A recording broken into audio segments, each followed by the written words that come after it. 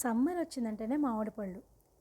ఆ summer season అంతా కూడా మామిడి పళ్ళ కోసం కళ్ళు కాయలు కాచేలా ఎదురు చూసేవాళ్ళు చాలామంది ఉంటారు. ఇంకా నా సంగతి అయితే మ్యాంగోస్కి నా మనసులో ఎప్పుడూ రెండవ స్థానమే. మొదటిది ఎప్పుడూ ఈ పనస పండే. మరి మ్యాంగోని మనం ఎంత కాలం ప్రిజర్వ్ చేసుకుని ఉంచగలం? 1 ఇయర్. ఎలా అంటారా? అదేనండి, మామిడి తాండ్ర చేసుకుని పెట్టుకోగలం. అదే మ్యాంగో జెల్లీ. సో దీన్ని రకరకాల పద్ధతుల్లో బెల్లంతో పంచదారతో ఇలా చేసి పెడుతూ ఉంటాము. తర్వాత మనం హ్యాపీగా ఫ్రిడ్జ్లో కనుక స్టోర్ చేసి పెట్టుకుంటే 1 ఇయర్ పాటు నిల్వ ఉంటుంది మ్యాంగో జెల్లీ. మరి నాకు పనసపండు కావాలని తినాలని సంవత్సరం అంతా ఉంటుంది. మరి నేనేం చేయాలి అని ఆలోచించాను నేను. అప్పుడు నాకు ఒక ఐడియా వచ్చింది. మ్యాంగోతో ఎలా అయితే మనం మామిడి తాండ్ర చేస్తామో పనసపండుతో కూడా పనస తాండ్ర చేయొచ్చు కదా అని నాకు చాలా చాలా అనిపించింది. ఎందుకంటే 1 ఇయర్ అంతా పనసపండు దొరకవుగా. ఇది కూడా సీజనల్ ఫ్రూటే కదా.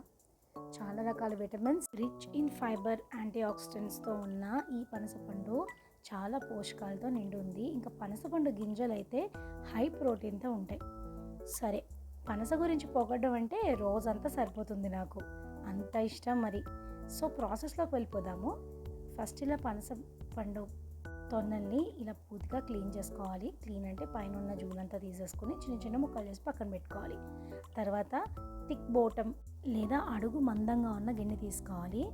దానిలోకి మీ స్వీట్నెస్కి తగ్గట్టు, అంటే మీరు ఎంత స్వీట్నెస్ తినగలరో అంత తగ్గట్టు ఇలా ఆర్గానిక్ బెల్లం పౌడర్ని యాడ్ చేసుకోవాలి. ఇదివరకు బెల్లం పౌడర్ దొరకడం అనేది చాలా అసాధ్యంగా ఉండేది, ఎక్కడో కానీ దొరికేది కాదు. కానీ ఇప్పుడు అన్ని చోట్ల ఈ బెల్లం పౌడర్ అనేది అవైలబుల్గా ఉంది. ఆన్లైన్లోనే తెప్పించుకోక్కర్లేదు, మనకి లోకల్ కిరాణా స్టోర్స్లో కూడా ఇప్పుడు చాలా విరివిగా దొరుకుతుంది అనమాట. సో ఇలా కొద్దిగా నీళ్లు పోసుకొని ఈ బెల్లం పౌడర్ అంతా కూడా అడగంటకుండా ఇలా మనం తిప్పుతూ ఉండాలి. పాకం అనేది ఏం రావాల్సిన అవసరం లేదు. బెల్లం మొత్తం కరిగి, ఇక్కడ చూస్తున్నారు కదా మీరు, బెల్లం మొత్తం కరిగి ఇలా వాటర్ లాగా వస్తే సరిపోతుంది. సో దీనికి ఒక 5 నుండి 6 నిమిషాలు సిమ్లో పెట్టుకొని వదిలేయాలన్నమాట. మధ్య మధ్యలో మనం ఇలా వదిలేయకుండా ఇలా 1-2 సార్లు తిప్పుతూ ఉండాలి. ఇక్కడ చూసారు కదా మనకి బెల్లం మొత్తం కరిగిపోయింది. తర్వాత మనం చిన్న చిన్న పీసెస్గా చేసి పక్కన పెట్టుకున్న పనసపండు ముక్కలను కూడా దీంట్లో వేసేసి ఇలా పూర్తిగా తిప్పేయాలన్నమాట.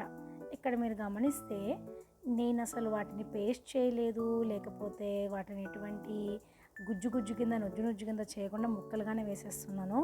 ఎందుకంటే ఫ్లేవర్ మొత్తం ఇన్ఫ్యూజ్ అయిపోతుంది, అంటే దాని మొత్తం ఫ్లేవర్ అంతా దానిలోకి తీసుకుంటుందన్నమాట.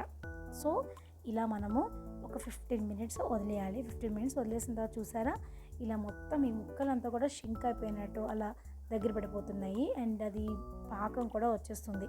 సో ఈ టైంలోనే మనం దీన్ని ఆపేసేసి పక్కన పెట్టేసుకోవాలి. ఇదైతే ఒక 20 నిమిషాలు 25 నిమిషాలు మనకి ప్రాసెస్ ఉంటుంది అంతే. తర్వాత మనం ఇలా కలిపేసుకొని ఎక్కడ అడిగంటకుండా ఒకసారి తిప్పేసుకొని దీన్ని పూర్తిగా చల్లారేదాకా పక్కన పెట్టేసుకోవాలి. ఇది మీకు చూసారు కదా ఇలా కనిపిస్తుంది అనమాట. తర్వాత ఇది పూర్తిగా చల్లారాక ఒక మిక్సీ జార్లోకి తీసుకోవాలి. గుర్తుపెట్టుకోండి, పూర్తిగా చల్లారాలి. వేడివేడిగా ఉన్నప్పుడైతే మనం మిక్సీ చేస్తే చేదు వచ్చేస్తుంది.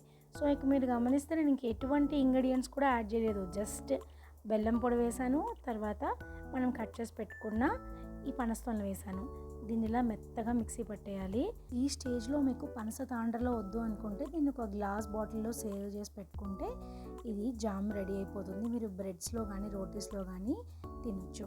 అండ్ నేనైతే ఇక్కడ జెల్లీలాగా చేద్దాం అనుకుంటున్నాను కాబట్టి సేమ్ ఇందాక మనము బెల్లం అది ఉడికించిన కడాయిలోని ఇంకొక 2-3 మినిట్స్ దీంట్లో ఇంకా ఏమైనా కొంచెం మాయిశ్చర్ ఉంటే అది పోవడానికి నేను ఒక్కసారి ఇలా దీన్ని అటు ఇటు చేసుకుంటున్నాను అనమాట, జస్ట్ సిమ్లో పెట్టుకొని.